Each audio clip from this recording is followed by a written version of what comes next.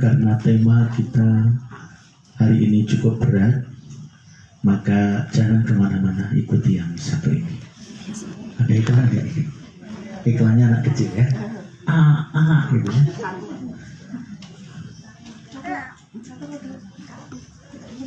Tema kita pada pertemuan kali ini adalah terkait dengan wanita yang jadi followernya Dajjal, pengikutnya Rasulullah. Terus mau senyum terus ya. Ya, bismillah, kita akan bahas tentang wanita-wanita yang mereka sadar atau tak sadar muslim, yang meriwayatkan Imam Muslim, yang mendiko atau yang bersabda adalah Nabi Muhammad SAW. Itu pertanyaannya seperti itu ya.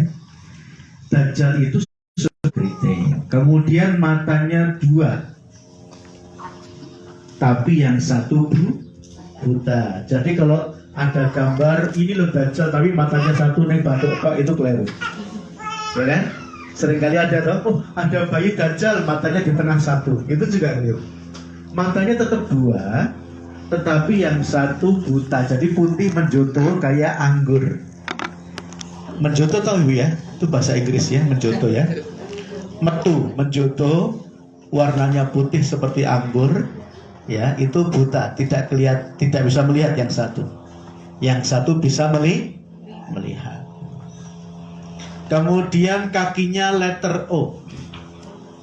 Jadi lucu juga sebenarnya bentuknya, tetapi itu luar biasa, sakti mandraguna, melebihi saktinya Kerasakti.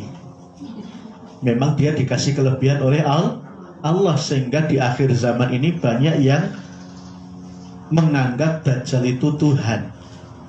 Maka 14 abad yang lalu Nabi bersabda, ingat umat Islam, Tuhanmu tidak buta. Maksudnya apa? Karena di akhir zaman nanti akan banyak yang menganggap Dajjal itu Tuhan. Nabi sudah ingatkan, ingat Tuhanmu tidak buta matanya, alias Allah maha melihat. Kakinya apa tadi? Agak-agak letter O. Rambutnya keriting, kemudian matanya dua, buta satu. Kayak bajak laut ya. Kalau bajak laut kan ditutup pakai apa itu, kain. Ini enggak, memang buta satu dan menjoto. Kemudian ada ciri yang lain. Di batuknya, di keningnya, di jidatnya ada tulisan kafir. Ada tulisan apa bu? Kafir.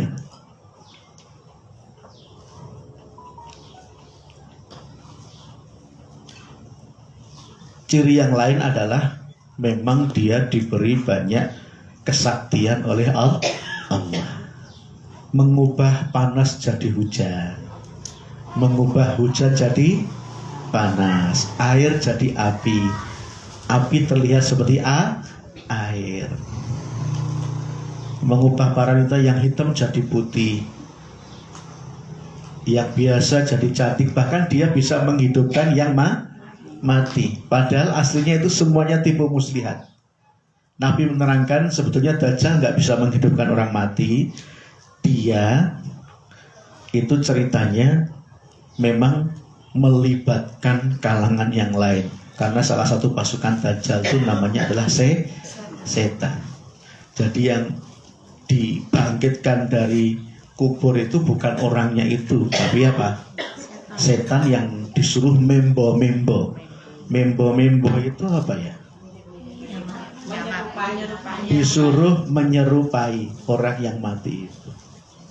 Karena memang nanti saya terangkan lebih detail, pengikutnya Dajjal banyak banget ya. Tapi setidaknya kita jangan sampai jadi pengikut Dajjal. Oke, terus sekalian, karena temanya wanita pengikut Dajjal, tentu kita harus tahu wanita yang mana. Nanti kalau saya ngisi kajian bapak berarti lelaki pengikut Dajjal. Nah, yang pertama, ya kita catat ada 5 ya bu ya. Minimal ada 5. Setelah saya ringkas setidaknya ada 5. Ini yang paling pokok. Yang pertama, wanita yang mereka jadi pengikut Dajjal. Tadi masih ingat ya? Tidak ada fitnah yang lebih besar dari semenjak Nabi Adam alaihissalam sampai hari kiamat, kecuali fitnah yang ditebar oleh Dajjal. Yang benar kelihatan salah, yang salah kelihatan benar, semua dibolak-balik sama dia. Dan sekarang sudah terjadi loh ya. Berita ini kan yang salah dibenarkan, yang benar disalahkan. Maka ini juga bagian dari sistem Dajjal. Kalau Dajjal sebagai sosok manusia nanti muncul tersendiri, tetapi sistem yang ada ini sudah mulai mengarah ke sana. Nah, ini yang pertama, tolong dicatat. Siapakah wanita pengikut Dajjal yang termasuk followernya atau pengikutnya Dajjal? Yang pertama adalah wanita yang suka baca Quran. Wanita yang suka baca Quran, tetapi hanya sampai di kerongkongan. Kerongkongan atau tenggorokan ya Bu. Wanita yang baca Quran, tapi hanya sampai di kerongkongan. Dalam hadis riwayat Ibnu Majah, ingat, kalau saya nyebut hadis tolong dicatat riwayat siapa Ibu ya. Kalau saya nyebut ayat, surat apa, ayat berapa.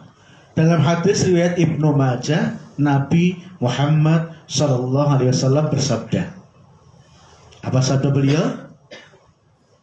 Suatu saat, kata Nabi, akan muncul generasi muda. Generasi muda itu laki-laki dan perempuan. Generasi muda yang mereka fasih-fasih, pinter-pinter baca Quran. Tetapi Quran yang dia baca hanya sampai di tenggorokan. Kemudian Nabi melanjutkan sabdanya, mereka nanti kalau muncul itu layak untuk dibasmi karena membahayakan. Dan mereka nanti akan muncul lebih dari 20 generasi. Jadi muncul, hilang, muncul, hilang, muncul, hilang, sampai akhirnya muncul Dajjal. Jadi anak muda lebih dari 20 generasi ini pra-Dajjal. Dajjal belum akan muncul sebelum muncul minimal 20 generasi anak muda, laki-laki perempuan, yang mereka pinter-pinter baca Quran, qiraah Quran, ya. Tetapi bacaannya hanya sampai mana tadi?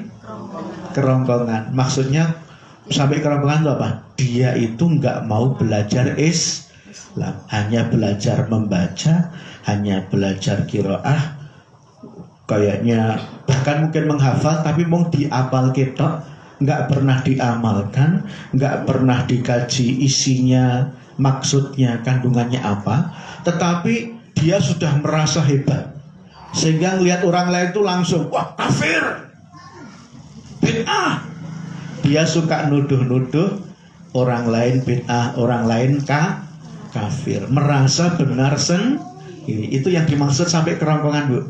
Jadi janjane dheweke rung duwe ilmune, mergo cecah nom ya Bu nggih.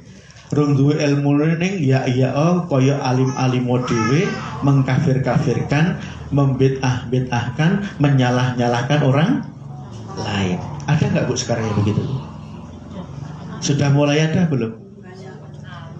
Sudah mulai ada. Nanti muncul sampai lebih dari 20 generasi. Baru kemudian muncul Dajjal.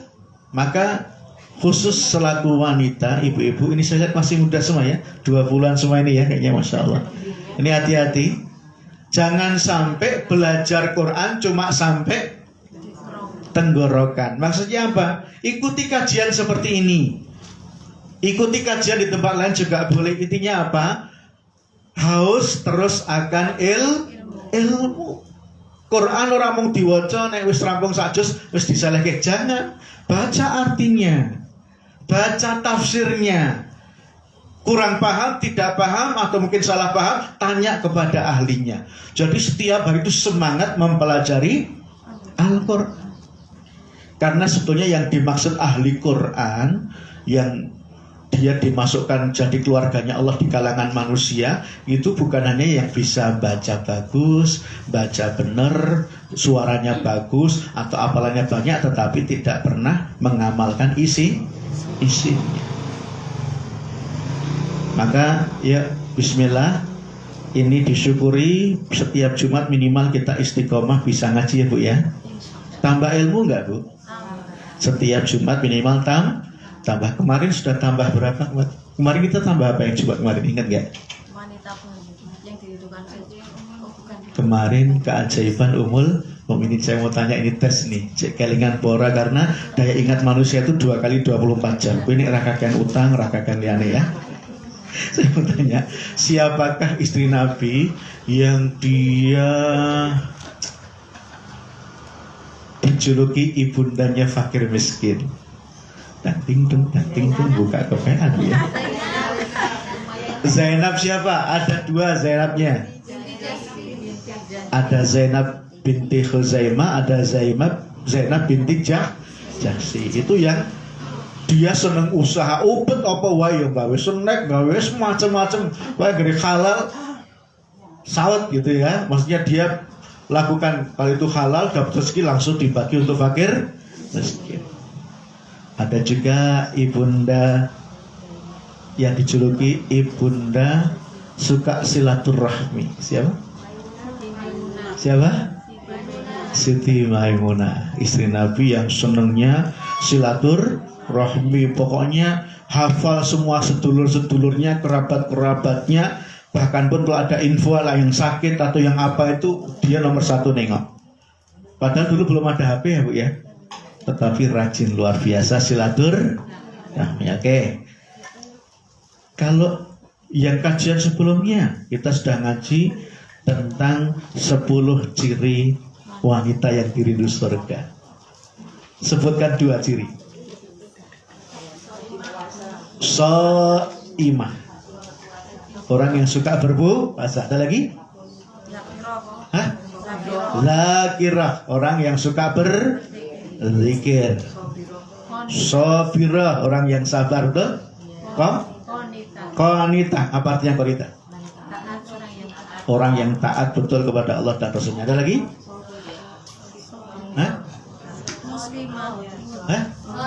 Shadiqah, orang yang jujur. Ada lagi yang lain? Khosyi'ah, apa artinya khosyi'ah? Khusyuk.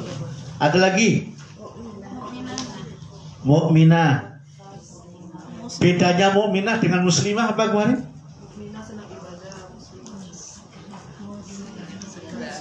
Kalau muslimah itu kalau diperintah oleh Allah masih mikir-mikir ya. Kalau mukminah langsung sat-set das-des cepat ya. Gerak cepat. Oke. Berarti ibu betul-betul insya Allah tambah ilmu ya Bu ya. Kali ini kita tambah ilmu lagi 5 wanita, 5 ciri wanita yang mereka pengikut Dajjal. Yang pertama tadi apa? Wanita yang baca Quran hanya sampai tenggorokan. Kalau sabda Nabi itu nanti akan muncul generasi muda. Generasi muda itu ada laki-laki, ada perempuan. Yang mereka itu baca kerongkongan, baca Quran, fasih, ya pinter, tapi hanya sampai tenggorokan. Maksudnya dia nggak mau mendalami ilmu yang ada di Al-Quran, mendalami aja nggak mau, apalagi mengamal. Nah, makanya sekarang banyak ya Bu ya, bisa baca Quran, neng ya pacaran, ada nggak? Ada. Bisa baca Quran tapi ya zina, ada. Na'udzubillah min dzalik. Jadi bacaannya tidak ngefek sama sekali ke dalam perilakunya sehari-hari. Maka Nabi bersabda, nanti kalau dia mati nggak usah diantar jenazahnya. Kalau dia sakit nggak usah dijenguk. Sampai Nabi begitu. Karena mereka sejatinya adalah pengikut dan makanya Yang punya anak-anak sudah anak muda, yang sudah muda-mudi diingatkan, le nduk sinau tenanan Al-Qur'an. Ya, jangan jauh dari Al-Qur'an. Matematika saja pinter. Wah, Masya Allah, ngantek ngelinturnya matematika ya. Biologi pinter ya, IPA pinter. Tapi kok Al-Qur'an sama sekali nggak nyangkut. Ini jadi masalah. Ya, Masya Allah. Ini kalau sampai begitu na'udzubillah tentunya. Tapi kalau Al-Qur'annya juga luar biasa, ilmu lain juga nggak ketinggalan, itu luar biasa. Jadi yang pertama tadi hadis riwayat siapa tadi? Ibnu Majah dari Nabi Muhammad Sallallahu Alaihi Wasallam. Berarti tambah semangat ya Bu ya, belajar ya. Insya Allah. Sudah berapa juz hafalnya? Sudah bertahun-tahun ngaji? Sudah nambah belum hafalannya? Menambah hafalan tentu juga penting ya, karena ternyata menghafal Quran itu, mengapa kita bikin yayasan Cinta Tahfidz Quran Indonesia, karena ternyata orang kalau udah hafal Quran itu lebih mudah menghayati, mempelajari isi Al-Quran. Jadi jangan berhenti menghafal toh, tapi juga dihayati betul. Mengapa sih? Kayak misalnya tadi Mbak Linda yang baca ya, mengapa Al-Kahfi 1-10 kok bisa menolak dari fitnah dan Dajjal? Coba lihat isinya. Ternyata isinya apa? Di situ digambarkan bahwa godaan dunia itu luar biasa. Dan Dajjal itu memang tugasnya menggoda kita biar lupa akhirat. Maka sesiapa yang masih sadar, bahkan sampai para pemuda itu untuk menyelamatkan imannya sampai masuk ke gua. Kalau kita maksudnya apa? Tidak ikut-ikutan meskipun yang lain pada maksiat, kita malah menyempatkan untuk menambah ilmu. Nah, ini subhanallah, khasiatnya Al-Kahfi 1-10 itu luar biasa. Nanti saya sebutkan lagi, tandaskan lagi di akhir ya tentang Al-Kahfi. Tapi sekarang kita masuk yang kedua dulu. Ada berapa tadi? 5. Yang kedua sekarang. Yang keberapa Bu? 2. Iya, ikutilah setelah pesan-pesan berikut ini.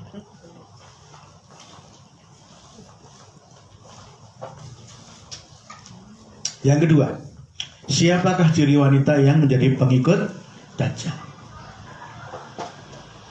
Yang kedua adalah wanita muslimah tetapi majusi. Ayo hati-hati, ada kalimat-kalimat yang jarang kita dengar. Wanita muslimah tapi majusi. Maka tadi kita sempat singgung ya Bu, bedanya muslimah dan mukminah ya. Kalau mukminah tuh wong sing wis tenanan yakin madhep melu Gusti Allah. Ini nek muslimah ki jek tengak arep sedekah jek mikir sing 2000 kan 10.000 ya gitu. Akhirnya malah sedo ngetokke kak kotak edwake wis lewat. Salat ora ya, salat kok salat ora itu kan salah Bu ya. Mestinya gimana? Salat. Mikir kok ngandung hitung benik barang sholat ora. Nah ini wong Islam kok dudu ya. Nah muslimah tapi majusi Bu. Nabi bersabda, ya kita catat dulu hadisnya. Nabi Muhammad SAW bersabda, di setiap umat ada orang majusinya. Saya mau tanya, ibu-ibu tahu majusi nggak? Majusi itu orang yang menyembah api. Ya, di setiap umat ada orang majusinya. Di kalangan umat Islam juga ada orang majusinya. Ya, saya ulangi, di setiap umat kata Nabi ada orang majusinya. Di tengah umat Islam juga ada orang majusinya. Siapakah yang disebut orang Islam tapi majusi? Yaitu kata Nabi, mereka yang tidak percaya dengan takdir Allah. Hadis riwayat Imam Abu Dawud. Nabi menandaskan di setiap umat ada majusinya, ada orang majusinya. Di umat Islam, kalangan umat Islam juga ada orang majusinya. Majusi itu orang yang nyembah api. Tapi yang dimaksud Nabi di tengah orang Islam itu ada orang majusinya, termasuk wanita yang muslimah tapi majusi. Kalau dalam Islam itu maksudnya apa? Yaitu wanita-wanita ngakunya orang Islam tapi mereka tidak percaya dengan takdir. Takdir itu ada nggak, Bu? Takdir memang kejam. Itu salah juga ya, takdir itu nggak kejam. Takdir itu menyesuaikan. Karena diprotes terus diganti gimana, Bu? Takdirku yang hilang, ku ya keliru meneh. Dan keliru baru terus tuh ya. Yang lagu ya. Yang betul adalah bahwa takdir itu ada yang baik, ada yang buruk. Betul? Betul? Ibu-ibu percaya nggak?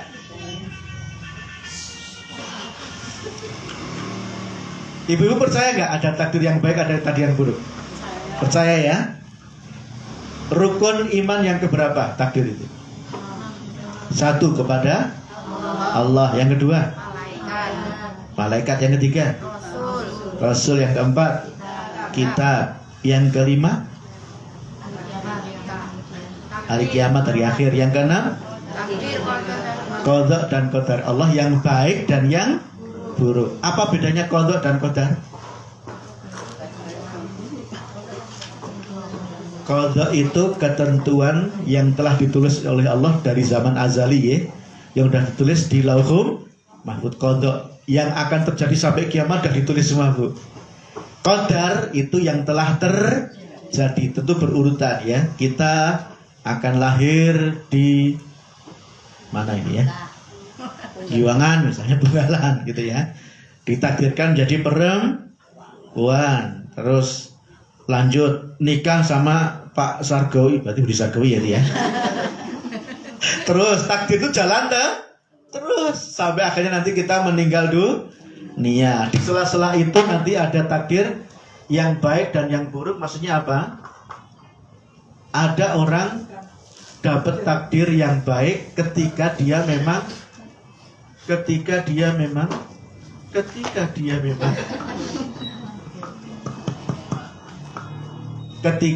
memang selalu berusaha jadi orang baik.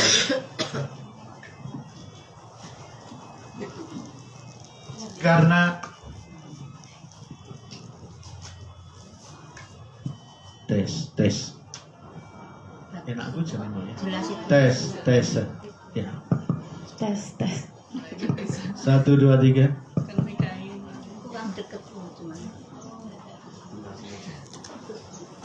Tes ya. Bu, contoh takdir yang baik itu gimana?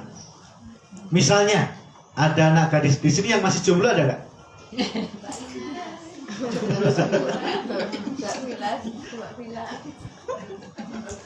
Ya, yang belum nikah misalnya. Karena apa?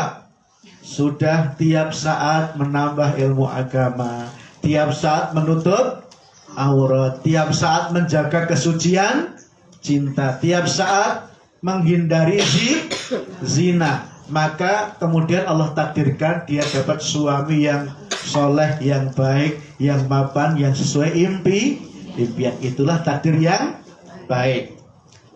Sebaliknya, dia jomblo, ya, sholat nggak urusan, luhur kecekel asar mabur, maghrib ketangkep bisa terbang subuh wes, pergaulannya bebas, pacaran gonta-ganti sampai 70 kali, sampai akhirnya kemudian Allah takdirkan dia dapat suami yang menurut dia baik, ternyata lebih rusak dari dia, dan dia baru tahu setelah menikah.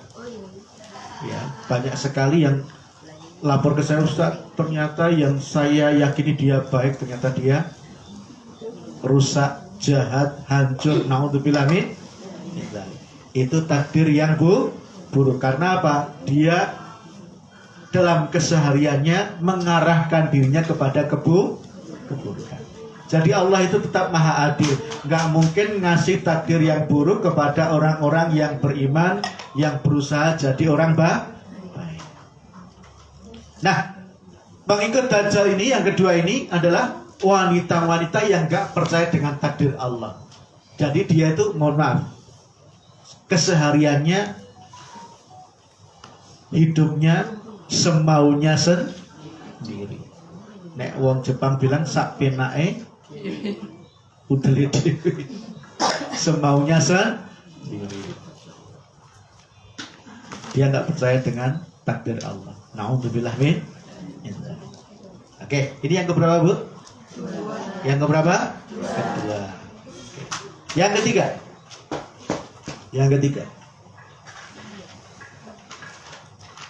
Yang ketiga. Siapakah wanita yang tergolong menjadi pengikut Dajjal? Yang ketiga adalah wanita yang gampang tergoda. Nabi Muhammad sallallahu alaihi wasallam bersabda, "Aktsarut tiba'ad dajjal al-yahud wan nisa." Yang menjadi pengikut Dajjal terbesar adalah orang Yahudi dan juga para wanita. Mengapa para wanita dimasukkan menjadi orang yang paling banyak menjadi pengikut Dajjal? Nah, di sini Nabi menerangkan, ya, dalam hadis riwayat Imam Ahmad, ya. Jadi pengikut terbanyak Dajjal itu orang Yahudi dan wanita. Sampai-sampai kata Nabi, sampai-sampai, ini hadis riwayat siapa tadi? Riwayat Imam Ahmad. Sampai-sampai banyak laki-laki yang mengikat istrinya di tiang, mengikat ibunya di tiang-tiang rumah, mengikat adik perempuannya, kakak perempuannya, neneknya diikat juga di tiang-tiang. Karena apa? Ketika Dajjal lewat, kalau mereka nggak diikat, mereka akan lari ikut Dajjal. Karena Dajjal ini keliling menawarkan apa? Menawarkan hal yang menggiurkan. Bayangkan, dia bisa menyulap yang sepertinya mengerikan jadi begitu indah terlihat. Dia membolak-balikkan yang salah jadi benar. Orang minta apa saja ke dia, ya. Saya minta apa tadi? Saya sebutkan di awal tadi. Kulit saya jadi putih bersih, bisa. Dajjal bisa. Saya minta panas ini jadi hujan, bisa. Tentu semua atas izin Allah. Dia diizinkan bisa melakukan yang luar biasa karena apa? Untuk menggoda manusia. Kira-kira manusia tetap beriman atau tidak? Nah, yang kebanyakan tergoda adalah wanita. Maka Nabi menandaskan dalam hadis riwayat Imam Ahmad, aktsarut tiba'id dajjal al-yahud wan nisa. Kebanyakan yang tergoda oleh Dajjal adalah orang Yahudi dan wanita.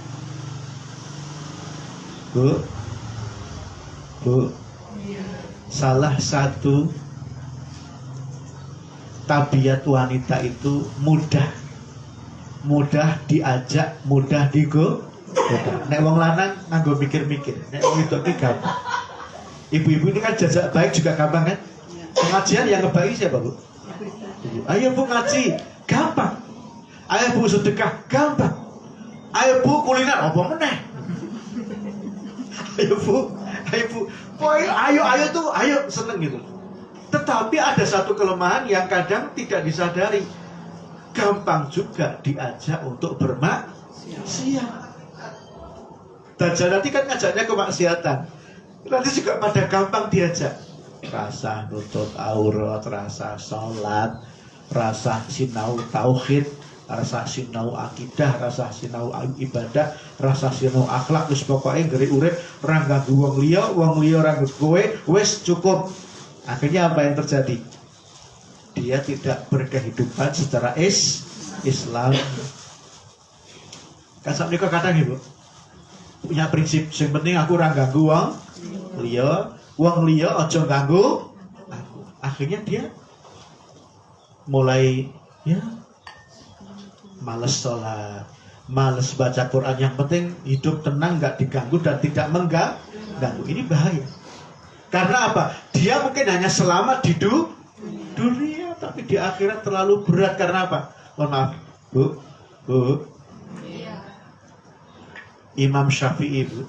Imam Syafi'i itu, beliau itu sudah Masya Allah, ngarang banyak kitab, punya banyak muridnya hebat-hebat. Itu pun ketika syakaratul maut menghadap Allah, nangis, Bu.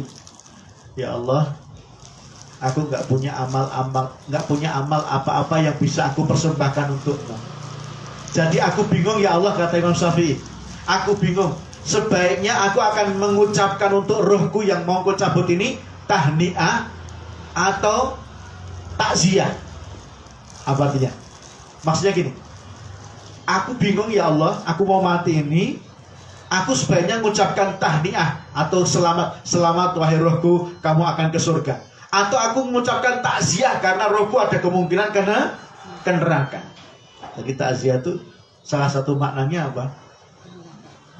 Ya, wis kono karep, gitu loh. Maka ada istilah tahniah itu menghormati. Imam Syafi'i bilang, aku sebaiknya mengucapkan tahniah, mengucapkan selamat, bahagia ya, rohku mau masuk surga, atau mengucapkan takziah, rohku akan masuk neraka. Itu Imam Syafi'i. Modalnya untuk masuk surga sudah banyak aja bilang gitu. Muridnya, Bu, muridnya Imam Syafi'i, namanya Imam Ahmad Ibnu Hanbal. Itu juga sama. Sebelum beliau dipenjara karena salah paham dengan penguasa, itu sholat sunat itu setiap hari 300 rakaat. Setiap hari. Terus karena salah paham di penjara, keluar dari penjara sudah sakit-sakit, itu pun masih di sela-sela yang wajib itu sholat sunat itu ratusan kali. Itu pun belum merasa akan mengkapling surga. Lah kita ini ada baru juga hafal qul huwallahu ahad, sudah rasa-rasanya masuk surga. Ya memang betul, siapa yang baca qul huwallahu ahad 10 kali setiap hari, insya Allah kalau meninggal masuk surga. Tetapi itu sebetulnya penyemangat dari Allah biar kita itu dekat dengan Al-Qur'an. Jangan merasa cukup dengan itu saja. Ngerti nggih, Bu? Ya. Kembali ke nomor berapa tadi? 3. Wanita itu diajak baik gampang, tetapi kalau nggak hati-hati diajak maksiat juga gampang. Nek wes maksiat udah dipakari maksiat.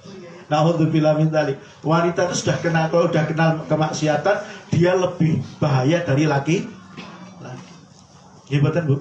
Yang rusak rumah tangga orang kebanyakan laki-laki atau perempuan. Yang populer itu pelakor ya, bukan pebinor gitu kan. Tetapi intinya ibu-ibu sadari punya potensi, mudah diajak kebaikan. Nah, terkait dengan diganggu yang nggak baik, usahakan jangan ikutan. Karena apa? Nabi bersabda, kebanyakan yang jadi pengikut Dajjal di akhir zaman nanti adalah orang Yahudi dan wanita. Nah, sekarang saya mau singgung sedikit, mengapa kok Yahudi menjadi pengikut terbesar? Karena orang-orang Yahudi, tentu mereka yang jahat ya. Mereka itu kan pinter, tapi jahat. Sehingga membuat kerusakannya itu, nek wong pinter, jahat itu bahaya. Kalau bodoh, jahat itu paling efeknya lingkungan sekitar. Kalau dia jahat tapi pinter, dia bisa bikin ini, bikin itu, bisa menghancurkan atau membuat jahat banyak orang. Nah, nanti Bu, orang-orang Yahudi yang pinter tapi jahat ini, kan sekarang sudah bikin kerusakan. Bahkan yang terbaru mereka bikin kelompok, kemudian musyawarah dan memutuskan gimana kalau manusia di muka bumi ini dihabisi saja tinggal beberapa ribu orang. Soalnya kakean bumi ini dengan 7 miliar. Mereka karena punya uang dan pinter, mereka mulai bikin operasi-operasi genosid, operasi-operasi memberantas manusia, ya, dengan pembunuhan, dengan wabah dan segala macam yang disebarkan. Karena mereka pengennya nggak sumpek dunia ini. Coba, itu saking pinternya kan itu kan. Nek wong bodoh, piye carane menade urip nang kene, akhirnya gawe kemah wong loro kan gitu deh. Nek dia jahat, wah, dihabisi banyak orang, tinggal sedikit orang sehingga mereka bisa tenang di muka bumi, katanya begitu. Nauzubillah min. Lah, orang Yahudi yang pinter-pinter tapi jahat ini, tentu tidak semua ya, ini oknum-oknum, mereka nanti semakin lama semakin merajalela bikin kerusakan, akhirnya puncaknya adalah bergabung dengan Dajjal membuat kerusakan yang sangat luar biasa. Karena Dajjal ini simbol kerusakan juga, simbol kerusakan, simbol kejahatan.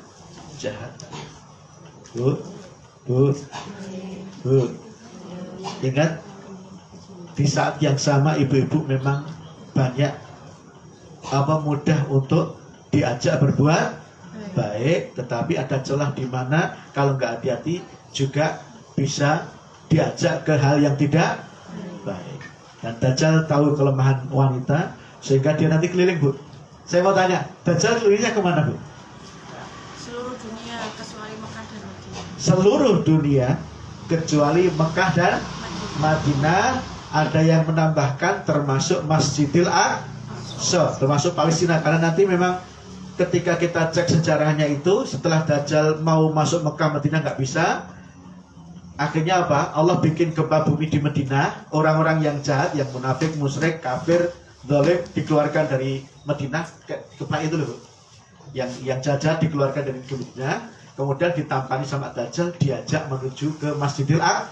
Tapi baru sampai Babulot, gerbang namanya Lot, mau masuk Palestina, sudah dibunuh oleh Nabi Isa alaihissalam.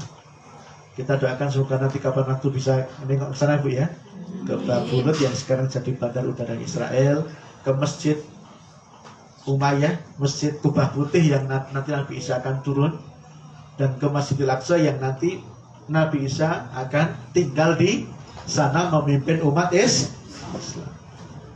Amin, insya. Ya sekarang izin dulu ke Masjidil Aqsa di Klaten ya, Bu, ya. Cedak ya.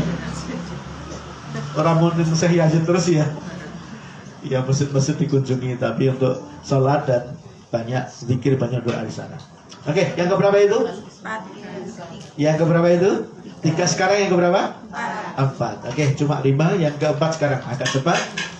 Siapakah wanita yang jadi pengikut Dajjal? Sadar atau tak sadar? Yang keempat adalah mereka atau wanita yang menjadi dukun dan tukang sihir. Nabi bersabda dalam hadis riwayat Imam Muslim. Imam siapa, Bu? Imam Muslim. Nabi bersabda,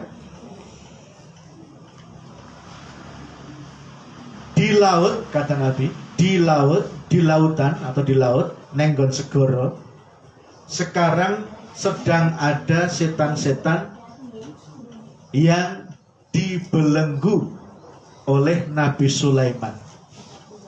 Jadi dari zaman Nabi Sulaiman sampai sekarang, setan-setan yang dibelenggu Nabi Sulaiman, dirantai oleh Nabi Sulaiman, itu masih terbelenggu di laut. Mula neng pantai hati-hati, Bu. Jangan sampai lupa berdoa ya. A'udzu bikalimatillahi tammah min syarri ma khalaq. Bismillahi tawakkaltu 'alallah. La haula wala quwata illa billah. Kalau ada yang bilang di laut banyak setannya, iya. Nabi sendiri bersabda dalam hadis riwayat Imam Muslim, di laut banyak setan tapi dia posisinya terbelenggu. Siapa yang belenggu? Nabi Sulaiman di zaman lalu, karena satu di antara nabi yang diberi kelebihan atau mukjizat oleh Allah adalah Nabi Sulaiman bisa punya pasukan yang bernama setan. Ini setan yang bangkang, mereka dibelenggu di laut dan dia terbelenggu terus sampai nanti Dajjal muncul. Nabi bersabda, setelah Dajjal muncul, setan yang dibelenggu Nabi Sulaiman ini akan dilepaskan oleh Allah, kemudian menjadi mayoretnya Dajjal. Mayoret tahu? Di depan. Jadi ini Dajjal, mereka di depannya. Keliling kemana-mana, itu yang ada di depan, mungkin istilahnya apa ya? Patwalnya kali ya. Mayoretnya itu patwalnya nih. Siapa ini? Setan-setan tadi. Nah, kemudian setan ini nggak sendirian. Mereka mengajak laki-laki dan wanita untuk jadi mayoretnya Dajjal saat keliling. Siapakah wanita yang bisa diajak? Satu yang saya sebutkan tadi, dukun dan tukang sihir dan yang sejenisnya, ya, paranormal dan segala macam. Jadi mereka kan memang selama ini bekerja, dalam bekerja itu ya ngobatin orang, nebak-nebak itu kan kerjasama dengan setan. Maka setan begitu muncul, ayo, duduk, ayo, mbak, ayo bareng, bijak keliling menjadi mayatnya dan ini dalam hadis riwayat Imam Muslim. Jadi setan yang sekarang dibelenggu di laut, kata Nabi Muhammad SAW, yang dibelenggunya sejak zaman Nabi siapa tadi? Sulaiman. Nanti pas Dajjal muncul, mereka atau setannya akan dilepaskan. Tapi saat dilepaskan, dia akan mengajak teman-temannya. Ada, kalau tukang sihir biasanya kakek apa nenek? Tukang sihir biasanya kakek apa nenek? Nenek tukang sihir. Loh, memang kalau di zaman dahulu, mungkin ya sekarang masih ya, itu yang jadi tukang sihir dukun banyakkan wanita. Itulah mengapa Allah berikan kita surat Al-Falaq. Coba dibaca.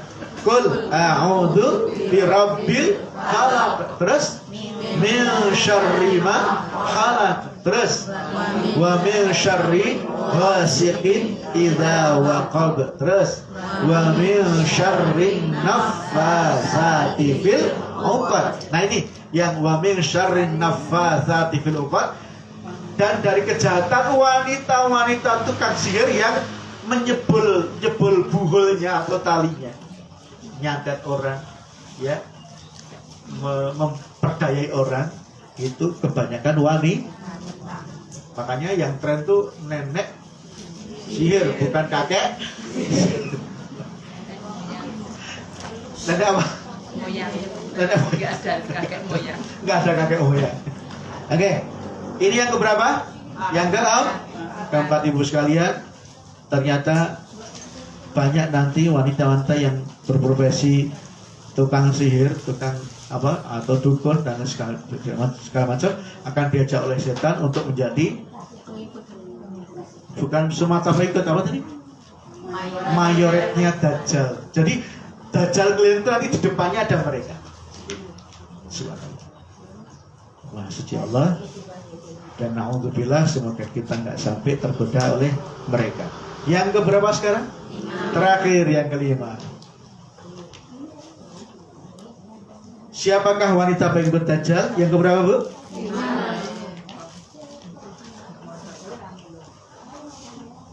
Yang kelima.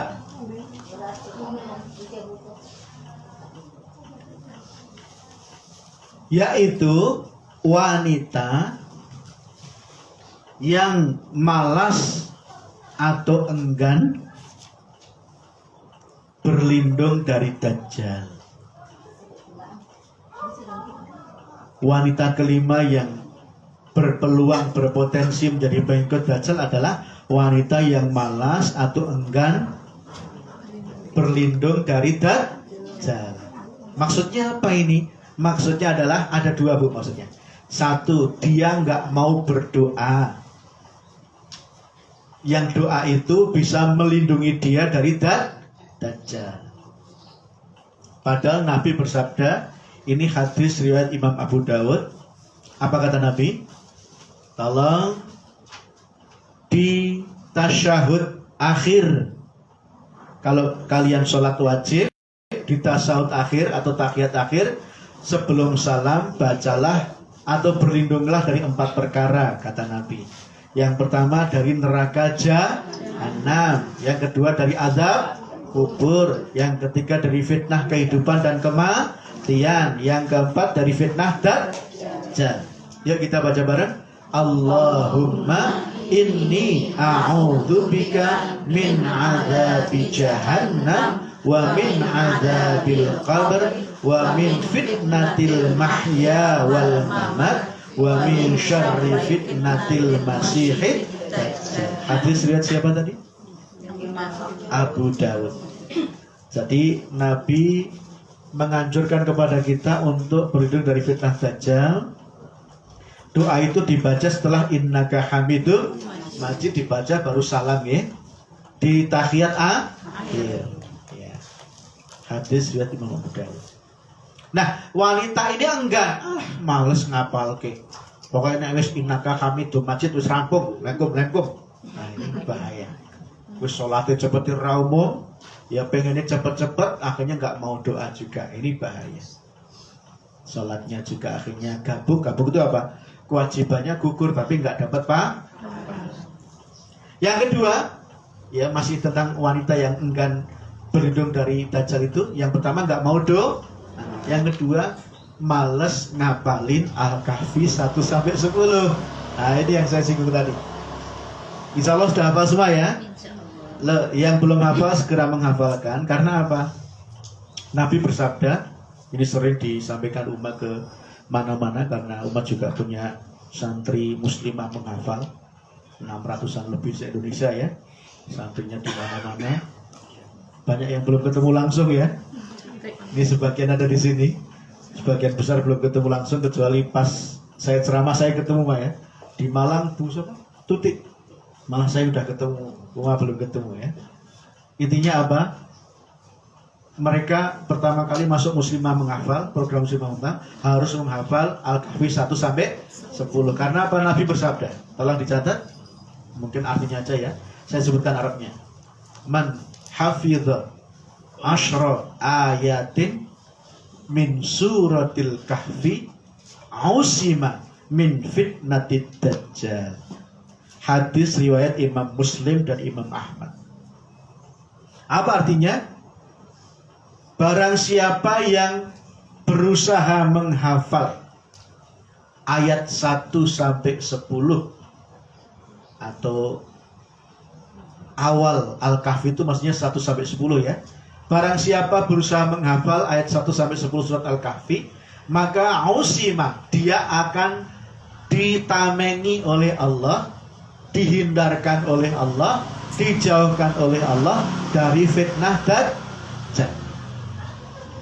Maka siapa wanita yang enggan menghafal, malas menghafal, bahkan nggak percaya Allah, ngopo, raguno, ra penting, sing penting madang, atau sing penting duit. Ini lagi viral ya, wanita sing penting duit. Ciri wanita bahagia, kasih uang. Ada 10 tuh ya, kasih uang lagi, terus kasih uang, transfer lagi, transfer terus. Tadi motor apa Bu? Motor duit. Alhamdulillah. Saya ulangi. Yang kelima, ciri wanita pengikut dajjal adalah dia malas atau gak mau atau bahkan membenci untuk berlindung dari dajjal. Padahal itu penting sekali. Yang pertama gak mau doa. Padahal doa ini dianjurkan oleh Rasulullah, diamalkan di tahiyat akhir sebelum salam. Doanya gimana tadi? Yuk kita baca lagi. Allahumma inni a'udzubika min 'adzabi jahannam wa min 'adzabil qabr wa min fitnatil mahya wal mamat wa min syarri fitnatil masiihid dajjal. Yang kedua, dia juga enggan menghafal Al-Kahfi 1-10. Padahal jelas jaminannya di situ. Dalam hadis riwayat Imam Muslim dan Imam Ahmad, Nabi bersabda, siapa yang berusaha menghafal 10 ayat pertama Al-Kahfi, dia dihindarkan, dijauhkan dari fitnah dajjal. Jadi nanti kalau dajjal udah kentayangan, dia nggak kena godaannya, insya Allah. Ya, itu 5 yang bisa kita sampaikan dari ciri wanita pengikut dajjal. Ada pertanyaan Ibu sebelum kita tutup dengan doa? Merubah kelamin itu termasuk tadi rasa.